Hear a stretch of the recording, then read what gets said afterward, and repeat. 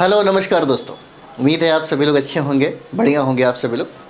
तो जैसा कि हम लोग घटना चक्र का करंट अफेयर्स पढ़ रहे थे, ये आपके 3.0 के लिए भी इम्पॉर्टेंट है और साथ ही साथ आपके 70 बीपीएससी के लिए बहुत इंपॉर्टेंट है। जितना भी ऑल कंपटीशन की बात किया जाए, जिसके लिए करंट अफेयर्स आपका बहुत महत्वपूर्ण हो जाता है। हम लोगों ने नेशनल किया, फिर उसके बाद इंटरनेशनल किया और उसके बाद हम लोग करेंगे आर्थिक परिदृश्य।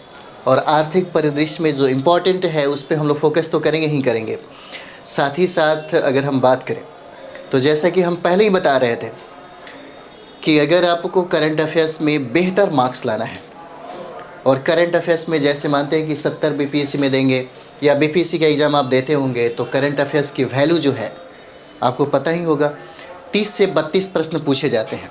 और किसी भी कंपटीशन में अगर देखा जाए तो करंट अफेयर्स की वैल्यू बहुत ज़्यादा बढ़ते जा रही है। और उसी तरीके से बिहार में कंपटीशन के लिए, ख़ास करके करंट अफेयर्स के लिए बहुत सारा मैगज़ीन भी है ना। तो कभी कभी क्या होता है कि आप बीपीएससी के एग्ज़ाम देने जा रहे हैं और लगता है कि हम करंट अफेयर्स अच्छा करके आएंगे, लेकिन हो नहीं पाता। क्यों नहीं हो पाता है? तो हम बार बार यही कहते रहे हैं और अनुभव भी रहा है कि अगर आप सिविल सर्विस की तैयारी कर रहे हैं तो आपको डेली का एक न्यूज़पेपर पढ़ना चाहिए। इसका फ़ायदा आपको पीटी के साथ साथ आपको मेंस में सबसे ज़्यादा होता है।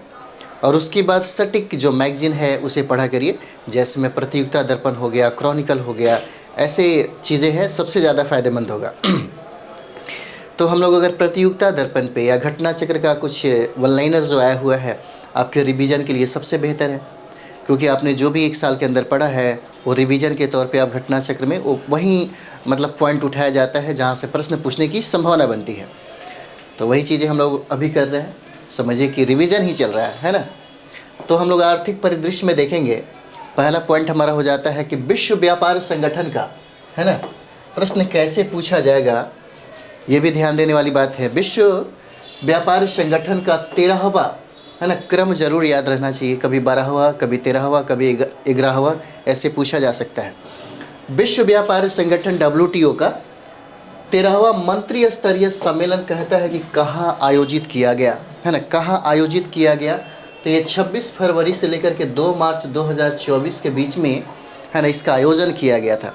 और यही कहता है कि आयोजन कहाँ किया गया, प्रश्न ये है ना, किसका? तो WTO का, है ना। WTO का कौन सा? तो 13वां मंत्री स्तरीय जो सम्मेलन है, पूछता है कहाँ आयोजित किया गया। तो ये देखिए अबू धाबी में किया गया, संयुक्त अरब अमीरात की ये कैपिटल है, राजधानी है, यहीं पे इसका आयोजन किया गया। प्रश्न आपसे यहाँ पे पूछा जा सकता है कि WTO का मंत्री स्तरीय सम्मेलन अबू धाबी में जब हुआ तो वो कौन सा क्रम का था, ये भी पूछता है आपसे। तो याद रखना चाहिए 13वां जो क्रम है ये बहुत इंपॉर्टेंट आपके लिए हो जाता है। उसके बाद देखिएगा हम लोग अगला पॉइंट करते हैं, दुनिया की शीर्ष, है ना, दुनिया की सबसे शीर्ष जो है 300 सहकारी समितियों में, कहता है 300 सहकारी समितियों में पहले स्थान पर कौन है? पहले स्थान पर कौन है दुनिया की सहकारी समितियों में? कहता है कि पहला स्थान, सर्वोच्च स्थान बताइए, वो कौन सा पहला स्थान होगा, वो कौन सी कंपनी हो जाएगी, है ना। और ये देखिए 22 फरवरी 2024 को ये रिपोर्ट आया, उसके अनुसार अगर हम लोग बात करें सहकारी समितियों में पहला स्थान आपको इफ्को का हो जाता है ना। इफ्को का हो जाता है, ये इम्पोर्टेंट है आपके लिए। सहकारी समितियों में पहला स्थान कहता है किसका हो जाएगा, तो ये आपका इफ्को का हो जाता है। उसके बाद देखिए कहता है कि यह किस रिपोर्ट में बताया गया, कहता है यह किस रिपोर्ट में बताया गया है ना। तो रिपोर्ट भी पूछा जा सकता है। तो ये देखिए 12वां हो जाएगा, वार्षिक विश्व सहकारी मॉनिटर में यह जो रिपोर्ट है इसी में इसका चर्चा किया गया, है ना। इफ्को का इसी में चर्चा किया गया और बताया गया कि अब पहला स्थान ये पहला स्थान हासिल किया है। उसके बाद यह रिपोर्ट किसके द्वारा जारी किया गया, रिपोर्ट जारी किया गया, है ना, इसके बारे में भी पूछता है कि किसने जारी किया। कहता है यह रिपोर्ट किसके द्वारा जारी किया जाता है, तो यह अंतर्राष्ट्रीय सहकारी गठबंधन जो है, जिसको ICA कहा जाता है ना, अंतर्राष्ट्रीय सहकारी गठबंधन के द्वारा इसको जारी किया जाता है। अगला पॉइंट हम लोग देखते हैं यहाँ पे, कहता है कि मोबाइल एप्लीकेशन स्टोर, है ना, कौन सा? तो mobile application store Indus paper store किसने लॉन्च किया? फरवरी 2024 का ये न्यूज में दिया हुआ है आपका, है ना। Mobile application store Indus paper store किसने लॉन्च किया? तो ये देखिए इंपॉर्टेंट इसलिए है ना, कि इसे किसने जारी किया, किसने लॉन्च किया? तो फ़ोनपे के द्वारा लॉन्च किया गया है, इसलिए बहुत इंपॉर्टेंट है आपके लिए, है ना।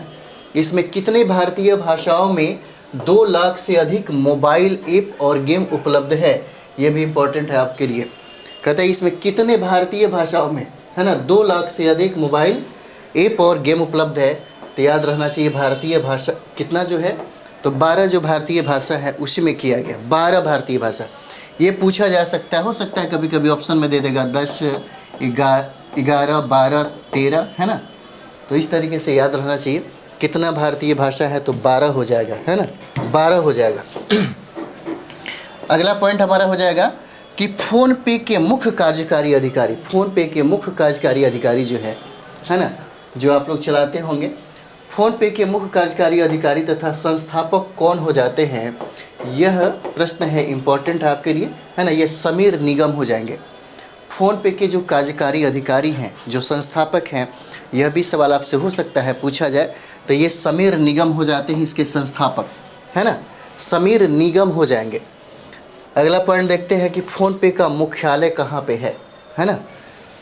फ़ोन पे का मुख्यालय पूछता है कि कहाँ पे है मुख्यालय, तो देखिए जितना भी अंतर्राष्ट्रीय संगठन है, इसका मुख्यालय अक्सर आपसे पूछा जाता है ना। तो जो भी 15-20 है उसको एक बार रिवाइज़ करिए, बार बार याद करिए, यहाँ से प्रश्न पूछे ही जाते हैं। क्योंकि इकोनॉमिक्स की बात किया जाए तो प्रतियोगिता दर्पण में जो आर्थिक परिदृश्य होता है, अगर आपने 1 साल का कंटिन्यू स्टडी किया है तो निश्चित तौर पे आपसे प्रश्न बनेगा। थोड़ा सा ट्रेडिशनल पार्ट को स्टडी किया जाता है, उसके बाद यहाँ से जितने भी करंट अपडेट अगर आप कर रहे हैं तो फिर समझिए कि आपका इकोनॉमिक्स जो परिदृश्य है वहाँ से प्रश्न नहीं छूटेगा, है ना। तो कहता है कि फ़ोन पे का मुख्यालय कहाँ पे है? तो ये देखिए बेंगलुरु में हो जाता है ना, कर्नाटक में है, बेंगलुरु में हो जाता है।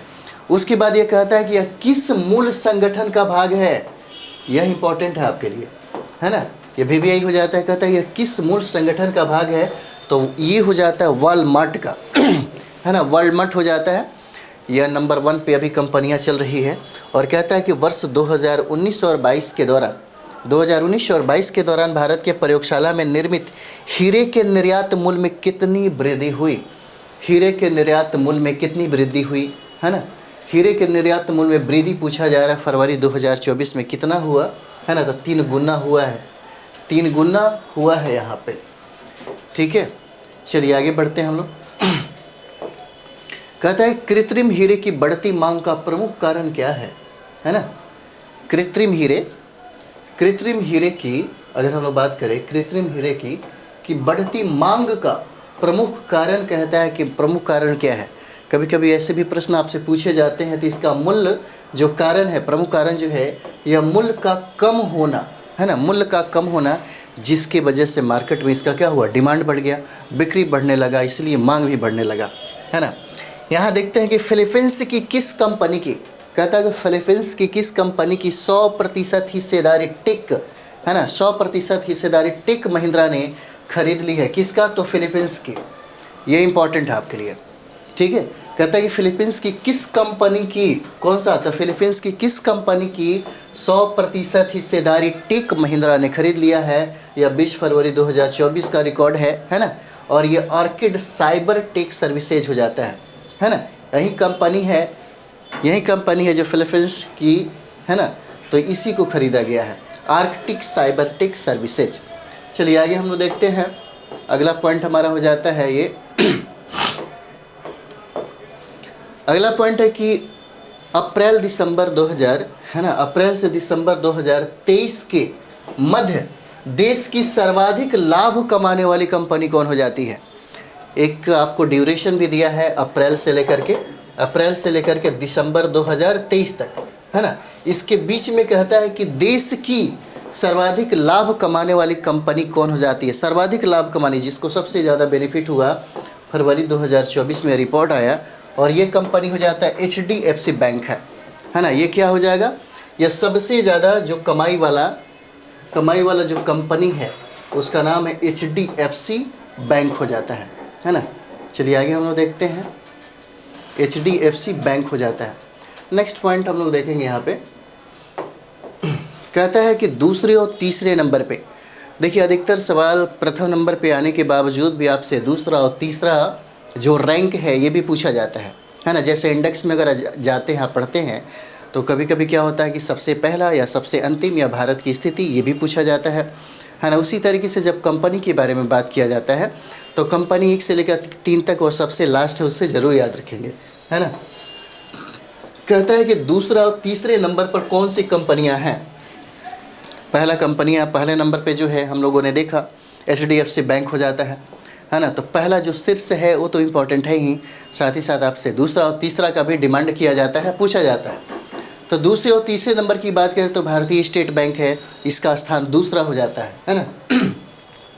ये भारतीय स्टेट बैंक का स्थान दूसरा हो जाएगा और यहाँ पे इंडियन ऑयल कॉरपोरेशन जो है इसका स्थान आपका तीसरा हो जाता है, थर्ड हो जाएगा, है ना, तीसरा स्थान हो जाता है। उसके बाद हम लोग देखेंगे एक जिला एक उत्पाद के अंतर्गत, ये इंपॉर्टेंट आपके लिए है, एक जिला एक उत्पाद के अंतर्गत कहाँ पर केला महोत्सव 2024 का आयोजन किया गया, है ना। केला महोत्सव का आयोजन, महोत्सव से एक प्रश्न जरूर पूछे जाते हैं इसलिए इम्पोर्टेंट है आपके लिए। कहता है कि एक जिला एक उत्पाद के अंतर्गत, कहता है कहाँ पर, है ना, कहाँ पर, कौन सा, तो केला महोत्सव 2024 का आयोजन किया गया। कब, तो 20 से 21 फरवरी 2024 में ये हुआ। कहाँ पर हुआ, तो बुरहानपुर हो जाता है ना। कहाँ पर हुआ, बुरहानपुर हो जाएगा। और बुरहानपुर कहाँ अवस्थित है, तो ये मध्य प्रदेश में हो जाएगा, है ना, मध्य प्रदेश में हो जाता है। चलिए आगे हम लोग देखते हैं, एक बार रिवीजन का बढ़िया तरीके से आप लोग कर लीजिए।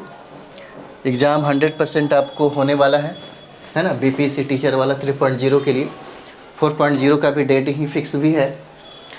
तो 3.0 और 4.0 की अगर बात करें तो हम लोग SCERT और NCERT का जो क्लास है आप देखते ही होंगे और वहाँ पे बहुत बेहतर तरीके से बताया जाता है और ख़ास करके सिविल सर्विसेज के लिए भी चल रहा है क्लास, है ना।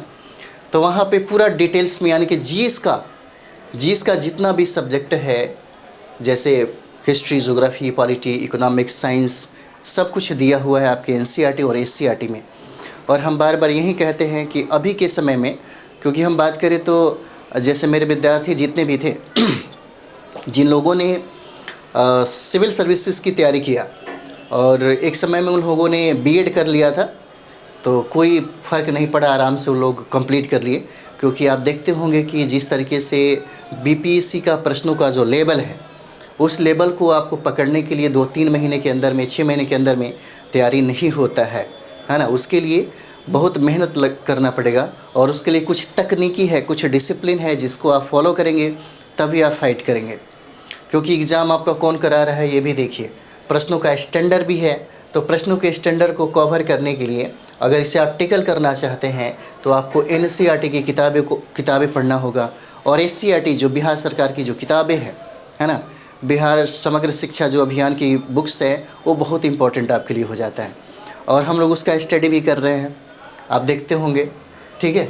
तो चलिए उसका ज़रूरी है 4.0 के लिए। 4.0 के लिए अगर अभी से आप तैयारी में लग जाते हैं तो बहुत आराम से और आसानी से उसे फाइट कर जाते हैं।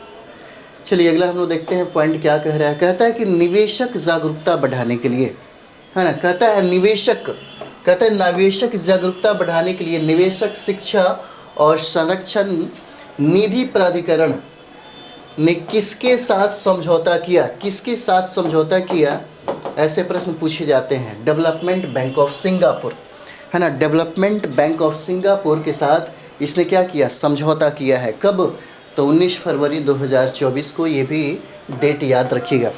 कभी कभी BPSC आपसे डायरेक्ट डेट का भी डिमांड करता है, इसलिए डेट एक दो बार अगर रिवाइज हम लोग करें तो हमेशा याद रहेगा, क्योंकि करंट अफेयर्स में कभी कभी ऐसा पूछा जाता है। यहाँ पे देखिए, कहता है किस राज्य में हिमालय वास्केट, है ना, कहता है किस राज्य में हिमालयन वास्केट जो है पहल का अनावरण किया गया। ये इंपॉर्टेंट है आपके लिए, BBI है, 19 फरवरी 2024 को हुआ। कहता है किस राज्य में, कौन सा, तो हिमालयन बास्केट जो पहल है उसका अनावरण किया गया। तो ये देखिए उत्तराखंड हो जाता है ना, उत्तराखंड में इसका पहल किया जाता है, उत्तराखंड है। चलिए आगे हम लोग देखते हैं। कहता है कि इसके तहत, है ना, इसके तहत किन चीज़ों को खरीद कर उससे विभिन्न उत्पाद बनाकर विदेशों में आपूर्ति की जाती है ना। इसके तहत किन चीज़ों को खरीद कर उससे विभिन्न उत्पाद बनाकर विदेशों में आपूर्ति किया जाता है, तो यह कृषि उत्पाद हो जाएगा, है ना। सरकार ने बंदरगाह क्षमता और प्रतिस्पर्धात्मकता में सुधार लाने के लिए कौन सा दिशा निर्देश लॉन्च किया है फरवरी 2024 में। तो यह दिशा निर्देश जो है वो सागर आकलन हो जाता है, सागर आकलन हो जाता है। यही दिशा निर्देश है जिसको जारी किया गया, सागर आकलन कहा जाता है ना। चलिए आगे अगला पॉइंट हम लोग देखते हैं। अगला पॉइंट इम्पॉर्टेंट है आपके लिए, है ना। अगला पॉइंट की अगर बात करें हम लोग तो इम्पॉर्टेंट हो जाता है। कहता है यहाँ पे कि आसियान भारत माला व्यापार समझौता, है ना। कहता है कि आसियान भारत माला व्यापार समझौता संयुक्त समिति की तीसरी बैठक कहाँ आयोजित किया गया। क्रम में यहाँ पे कहता है ना। यह तीसरी बैठक इम्पॉर्टेंट है, यह थर्ड जरूर याद रहना चाहिए क्रम में, है ना। कहता है कि आसियान भारत माल व्यापार समझौता संयुक्त समिति की तीसरी बैठक कहाँ आयोजित किया गया। 16 से लेकर के 19 फरवरी 2024 के मध्य में इसका आयोजन किया गया था। और यही सवाल कहता है कहाँ किया गया, तो ये नई दिल्ली हो जाता है ना, नई दिल्ली हो जाएगा। फिर भारत आसियान माल व्यापार समझौता कब हुआ, तो वर्ष 2009 में हुआ था। और वर्ष 2022-23 में भारत आसियान व्यापार कितना था, यह पूछता है कब से, तो 2022-23 में कहता है कि आसियान व्यापार जो समझौता हुआ, है ना, ये उस समय कितना था आसियान व्यापार, तो यहाँ पे 131.58 अरब डॉलर का था। अभी देखिए कहता है कि आसियान यानी कि दक्षिण पूर्व एशियाई देशों का संगठन जो है ना, कब स्थापित किया गया था, कब स्थापित किया गया था, तो वर्ष 1967 में इसका स्थापना हुआ। कब, 1967 में। क्या कह रहा है कि आसियान कब स्थापित किया गया। और यहाँ से प्रश्न आपसे इसलिए पूछा जाता है कि कभी कभी ऐसा लगता है कि आसियान जो है भारत जो है उसका सदस्य है। बहुत बार प्रश्न पूछा है बीपीसी और बहुत सारे कंपटीशन में भी ये सवाल पूछे जाते हैं। लेकिन ये याद रखिएगा आसियान का सदस्य भारत नहीं है, है ना। बहुत बार सवाल ये पूछा गया है। तो ये जो आसियान का जो गठन हुआ, जो स्थापना हुआ 1967 में हुआ था। कहता है कि भारत ने किस देश के साथ, है ना, भारत ने किस देश के साथ वर्ष 2030 तक द्विपक्षीय व्यापार को दोगुना करने पर क्या हुआ, सहमति जताई है। दोगुना करने पर सहमति जताई 21 फरवरी 2024 को हुआ, है ना। किस देश के साथ, तो ये जो देश है आपका यूनान हो जाता है ना। ये ग्रीस के साथ है, यूनान के साथ है। और इसी के साथ कहा गया है कि व्यापार जो है दोगुना बढ़ाया जाएगा, है ना। चलिए आगे हम लोग देखते हैं। अगला पॉइंट हमारा हो जाएगा, अगला पॉइंट है कि वर्ष 2022-23 में, कहता है कि वर्ष 2022-23 में दोनों देशों के मध्य व्यापार कितना रहा, है ना। दोनों देशों के मध्य मतलब भारत और यूनान, भारत और ग्रीस के मध्य में है। यही कहता है कि दोनों देशों के मध्य व्यापार कितना रहा, तो $2 बिलियन का रहा। $2 बिलियन, है ना, $2 बिलियन हो जाता है। दोनों देशों ने कुशल, कहता है कि दोनों देशों ने कुशल श्रमिकों के आवागमन हेतु किस समझौते की घोषणा किया है। किस समझौते की घोषणा किया है, तो गतिशीलता और प्रवासन साझेदारी समझौता हो जाएगा, है ना। गतिशीलता और प्रवासन साझेदारी समझौता हो जाएगा, ठीक है। गतिशीलता और प्रवासन साझेदारी समझौता हो जाएगा। यहाँ पे इम्पॉर्टेंट है ये आपके लिए। अगला पॉइंट हम लोग देखेंगे वर्ष 2023 में, है ना। अगला पॉइंट है कि वर्ष 2023 में किस देश को पछाड़कर HSBC बैंक, कब, तो वर्ष 2023 में कहता है कि भारत किस देश को पछाड़कर HSBC बैंक के लिए तीसरा सबसे बड़ा लाभदायक क्षेत्र बन गया। तो कौन हो जाएगा, तो ये हो जाएगा चीन को पछाड़ करके। कब, 21 फरवरी 2024 को। किस बैंक को, है ना, किस बैंक को पश्चिम बंगाल की कर और गैर कर प्राप्तियों के संग्रह के लिए अधिकृत किया गया, है ना, अधिकृत किया गया 17 फरवरी 2024 का ये है। और ये हो जाएगा बंधन बैंक को, है ना, बंधन बैंक हो जाता है। चलिए आगे हम लोग देखेंगे। अगला पॉइंट कहता है कि LIC ने, कहता है कि LIC ने बच्चों के लिए कौन सी बीमा योजना लॉन्च किया है। LIC ने किसके लिए? बच्चों के लिए 17 फरवरी 2024 को बच्चों के लिए कौन सी बीमा योजना लॉन्च किया है? तो LIC अमृत बाल योजना हो जाएगा, है ना, इम्पोर्टेंट है, अमृत बाल योजना हो जाएगा। इसमें प्रवेश की आयु जो है ये इम्पोर्टेंट है। इसमें प्रवेश की जो आयु है ना, क्या है? तो 30 दिन से 13 वर्ष तक हो जाएगा, ठीक है, 30 दिन से लेकर के 13 वर्ष हो जाएगा। और यहाँ पे देखिए कहता है कि 16वां वित्त आयोग के अध्यक्ष, है ना, कौन सा? तो 16वां, क्रम याद रहना चाहिए। 16वां वित्त आयोग के अध्यक्ष ने भारतीय अर्थव्यवस्था को 10% विकास दर हासिल करने के लिए किस पर ध्यान केंद्रित करने के लिए कहा है ना, किस पर ध्यान केंद्रित के लिए कहा है? कौन सा? तो 16वां वित्त आयोग के अनुसार की बात हो रहा है यहाँ पे, है ना, अध्यक्ष जो ये कहा है। और कहा है, ये इम्पोर्टेंट इसलिए है कि ऐसे प्रश्न आपसे हो सकता है पूछे जाए, है ना। कितना प्रतिशत है? तो देखिए 10% विकास दर हासिल करने के लिए किस पर ध्यान केंद्रित करने के लिए कहा गया, है ना। तो ये हो जाएगा निर्यात पर ध्यान केंद्रित करने के लिए कहा गया है ना। कौन सा हो जाएगा? तो निर्यात हो जाएगा। उसके बाद हम लोग देखते हैं अक्टूबर दिसंबर 2023 में, अक्टूबर दिसंबर 2023 में कुल बाह्य बिक्री में कौन सा राज्य, है ना, कुल बाह्य बिक्री में जो बाहरी बिक्री है उसमें कौन सा राज्य है जो प्रथम स्थान पर है, अग्रणी रहा है? तो उत्तर प्रदेश हो जाएगा, 8.22 लाख हो जाएगा, है ना। उत्तर प्रदेश जो है अग्रणी राज्य हो जाता है। उसके बाद देखिए कहता है यहाँ पे कि यह रिपोर्ट किसने जारी किया? यह रिपोर्ट जो है किसने जारी किया? तो society of Indian automobile manufacturers हो जाएगा। यह रिपोर्ट जो है जारी करने वाला कौन हो जाता है? तो society of Indian automobile manufacturers हो जाएगा। पूछता है कि दूसरे स्थान पर कौन सा राज्य हो जाएगा? पहला स्थान पर तो आपने देखा उत्तर प्रदेश हो जाएगा, है ना। तो दूसरे स्थान पर कौन सा राज्य हो जाएगा? तो महाराष्ट्र हो जाएगा। कितना? 4.21 लाख हो जाएगा। पहला स्थान आपका उत्तर प्रदेश है और दूसरा स्थान आपको महाराष्ट्र हो जाता है। तो पहला और दूसरा याद रहना चाहिए। चलिए अगला हम लोग देखते हैं मत्स्य पालन विभाग, है ना। मत्स्य पालन विभाग भारत सरकार ने डिजिटल मंच हेतु किसके साथ समझौता किया? डिजिटल मंच के लिए किसके साथ समझौता किया है? ये इंपॉर्टेंट है, किसके साथ समझौता किया? तो यहाँ पे देखिए 19 फरवरी 2024 को ये रिपोर्ट आया, open network for digital commerce के द्वारा, यानी कि ONDC के साथ इसका समझौता किया गया। Open network for digital commerce के द्वारा हुआ। इसका लक्ष्य क्या है? प्रश्न पूछ सकता है आपसे कि इसका लक्ष्य क्या हो जाएगा? तो सभी हितधारकों के लिए ई मार्केट प्लस, है ना, ई मार्केट प्लस हो जाएगा सभी हितधारकों के लिए। चलिए आगे देखते हैं हम लोग। अगला पॉइंट है किसके द्वारा भारत से, है ना, किसके द्वारा भारत से रूस में मास्को तक समुद्री मार्ग से केले के निर्यात की सुविधा प्रदान की जा रही है? कहता है किसके द्वारा? तो भारत से रूस में, है ना, भारत से रूस में मास्को तक समुद्री मार्ग से केले के निर्यात की सुविधा जो है वो प्रदान किया जा रहा है। तो ये देखिए ADP के द्वारा हो जाएगा, AP, है ना, एपीडा के द्वारा हो जाएगा, कृषि और प्रसंस्कृत खाद्य उत्पाद निर्यात विकास प्राधिकरण के द्वारा यह किया जाएगा। ठीक है, चलिए आगे हम लोग देखते हैं। अगला पॉइंट हमारा हो जाएगा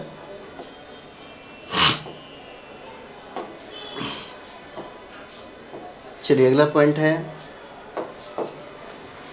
यहाँ से पूछा जा सकता है कि सरकार ने, है ना, पूछा जा सकता है कि सरकार ने कृषि क्षेत्र को बढ़ावा देने के लिए, है ना, सरकार ने कृषि क्षेत्र को बढ़ावा देने के लिए भारतीय खाद्य निगम की अधिकृत पूंजी कितना? तो 10,000 करोड़ रुपए से बढ़ाकर कितना किया है ना, 10,000 जो करोड़ है रुपए से बढ़ाकर कितना कर दिया? 17 फरवरी 2024 को। तो ये देखिए कितना हो जाएगा? 21,000 करोड़ रुपए हो जाएगा। 21,000 करोड़ रुपए हो जाता है। उसके बाद हम लोग यहाँ पे देखते हैं, कहता है किसकी सहायता से, है ना, पूछा जा सकता है कि किसकी सहायता से सिक्किम में सिक्किम इंस्पायर कार्यक्रम लॉन्च किया गया?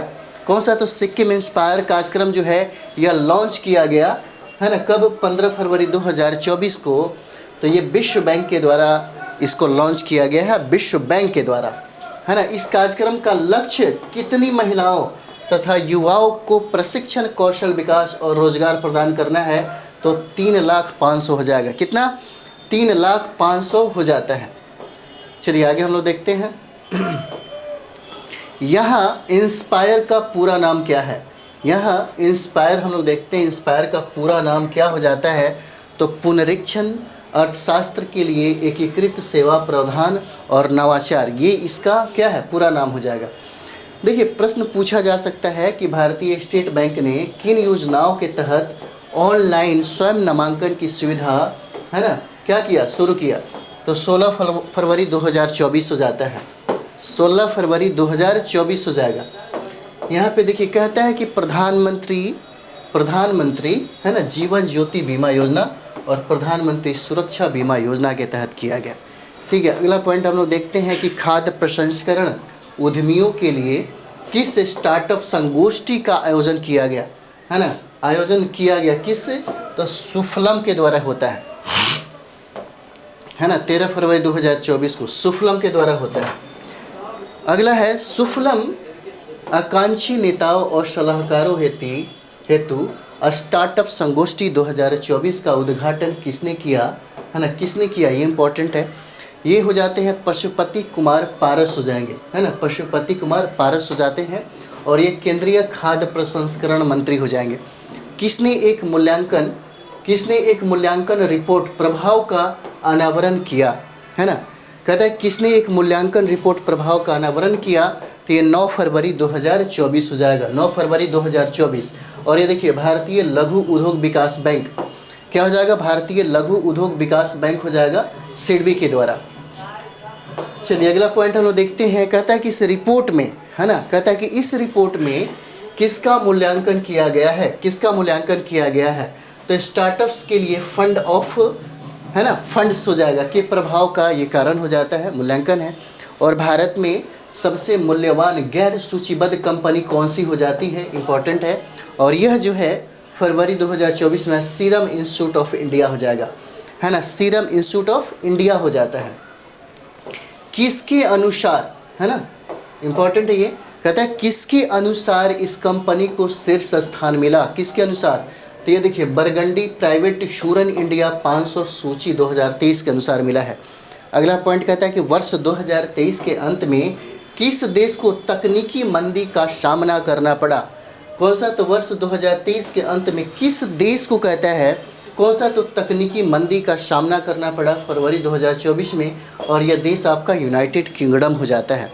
इसी को इसका सामना करना पड़ा था, यूनाइटेड किंगडम को, है ना। चलिए आगे हम लोग बढ़ते हैं।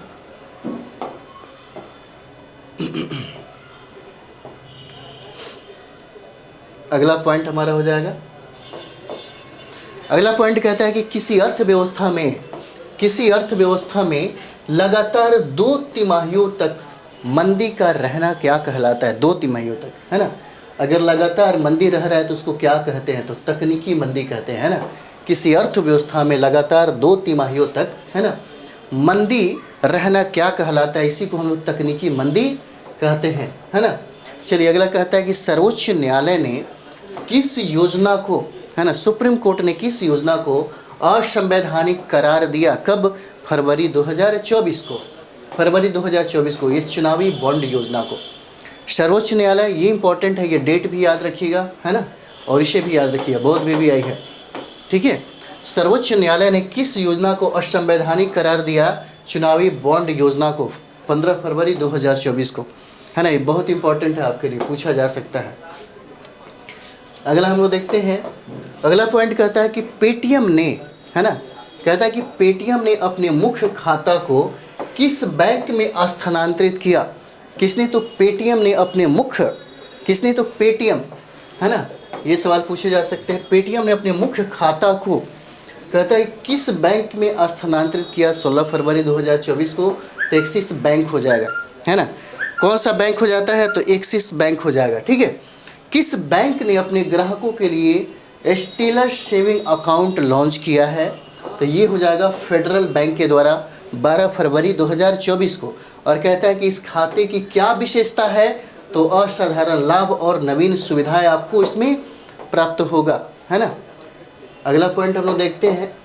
कहता है कि भारतीय रिजर्व बैंक ने, है ना, भारतीय रिजर्व बैंक ने किस देश में यूपीआई सेवा शुरू करने हेतु समझौता किया। बहुत इंपॉर्टेंट है, 15 फरवरी 2024 हो जाता है। तो ये नेपाल के साथ शुरू किया। भारतीय रिजर्व बैंक ने किस देश में यूपीआई सेवा शुरू करने का समझौता किया, तो नेपाल के साथ समझौता किया है। यह आपका इंपॉर्टेंट हो जाता है। और राष्ट्रीय कोयला सूचकांक, है ना, कहता है कि राष्ट्रीय कोयला सूचकांक में दिसंबर 2022 की तुलना में दिसंबर 2023 में कितने प्रतिशत की गिरावट दर्ज किया गया। कब, तो 15 फरवरी 2024 को ये गिरावट 4.75% हो जाता है। इतना गिरावट किया गया है ना। चलिए आगे हम लोग देखेंगे। कहता है कि यह सूचकांक कोयले की कीमतों को किसके साथ जोड़ता है। यह सूचकांक जो है कोयले की कीमतों को किसके साथ जोड़ता है, तो सभी बिक्री चैनलों के साथ जोड़ता है। देखिए ये वाला जो है इम्पोर्टेंट है आपके लिए, जो इम्पोर्टेंट होगा उसको ज़रूर अच्छा से फोकस करिएगा। जापान को पीछे छोड़कर कौन सा देश विश्व की तीसरी सबसे बड़ी अर्थव्यवस्था बन गया है ना। जापान को पीछे छोड़ करके वो कौन सा देश है जो तीसरी अर्थव्यवस्था बन गया है, तो जर्मनी हो जाएगा। फरवरी 2024 का ये रिपोर्ट हो जाता है। इसका मुख्य कारण पूछता है कि क्या हो जाएगा मुख्य कारण, तो देखिए यूरो की स्थिरता की तुलना में येन में महत्वपूर्ण मूल्यह्रास हो जाता है। जारी आंकड़ों के अनुसार जर्मनी की अर्थव्यवस्था कितनी हो गई है, तो $4.5 ट्रिलियन है। $4.5 ट्रिलियन हो जाता है। और जापान की अर्थव्यवस्था कितनी है, तो 4.2 ट्रिलियन क्या है, डॉलर हो जाता है। किसका, जापान का। चलिए आगे देखते हैं हम लोग। थोक मूल्य सूचकांक आधारित, कहता है कि थोक मूल्य सूचकांक आधारित मुद्रास्फीति जनवरी में 3 महीने के निचले स्तर पर कितने प्रतिशत पर आ गई है, तो 0.27% हो जाएगा, है ना। ये भी है आपके लिए। अगला, भारत का सेवा व्यापार अधिशेष जो है वित्त वर्ष 2023-24 की अक्टूबर दिसंबर तिमाही में कितना पहुंच गया है, तो यह $44.9 अरब हो जाएगा, है ना। $44.9 अरब हो जाता है। और एक और भी है, यह पिछले वर्ष की समान अवधि की तुलना में कितने प्रतिशत हो जाएगा, तो यह 16% क्या है, अधिक हो जाएगा। 16% क्या है, अधिक हो जाएगा। चलिए इसके बाद हम लोग अभी बहुत है ना, इकोनॉमिक्स इसमें जो हम लोग देखेंगे अर्थव्यवस्था का जो परिदृश्य है, 1-2 और वीडियो होगा और बहुत इंपॉर्टेंट सीरीज हो जाता है आपके लिए, और हम लोग लगातार जारी रखेंगे। तो मिलते हैं अगले वीडियो में। थैंक यू वेरी मच आप सभी लोगों को।